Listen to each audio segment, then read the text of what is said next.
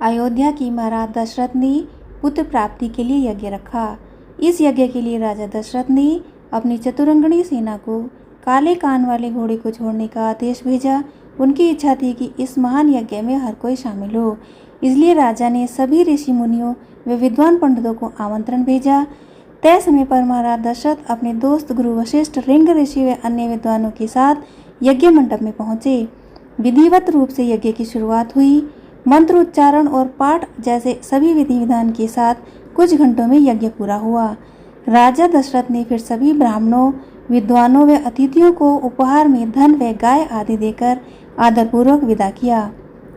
उस यज्ञ में प्रसाद के रूप में खीर बनी थी। उस प्रसाद में पुत्र प्राप्ति का आशीर्वाद था, जिसे खाने के बाद तीनों रानियां गर्भवती हो गईं।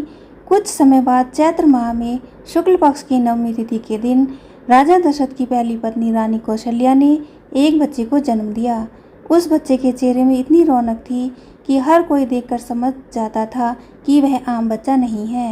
इसी तरह राजा की दूसरी रानी केकई ने एक पुत्र और तीसरी रानी सुमित्रा ने 2 पुत्रों को शुभ नक्षत्रों में जन्म दिया। राजा दशरथ का महल और नगर 4 पुत्रों के जन्म से खिलखिला उठा।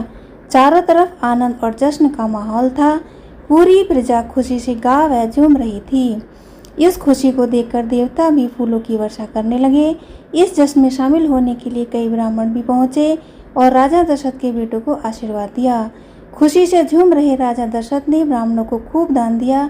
फिर अपनी खुशी जाहिर करने के लिए उन्होंने प्रजा व दरबारियों में भी धन, रत्न और आभूषण बंटवाए।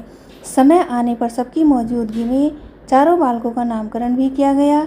महर्षि वशिष्ठ ने उनका नाम रामचंद्र, भरत, लक्ष्मण और शत्रुघ्न रखा। जैसे जैसे ये चारों बड़े होने लगे, रामचंद्र अपने गुणों से प्रजा के बीच बेहद लोकप्रिय हो गए। उनमें ऐसी विलक्षण प्रतिभा थी जिसके जरिए वो कम आयु में ही समस्त विषयों में पारंगत हो गए थे। वे हर बात में निपुण थे, जैसे हर तरह के अस्त्र शस्त्र चलाने में, हाथी घोड़ों की सवारी में आदि। वे अपने माता पिता और गुरुजनों का बेहद आदर करते थे और उनकी सेवा में लगे रहते थे। उनके तीनों भाई भरत, लक्ष्मण और शत्रुघ्न भी उनका अनुसरण करते थे। जब भी महाराज अपने चारों पुत्रों को एक साथ देखते, उनका मन आनंद से भर उठता था। राम में मौजूद गुणों के कारण उन्हें श्री राम और भगवान राम तक कहा जाने लगा। आगे चलकर राम के जीवन पर 2 पवित्र ग्रंथ लिखे गए, रामचरितमानस और रामायण।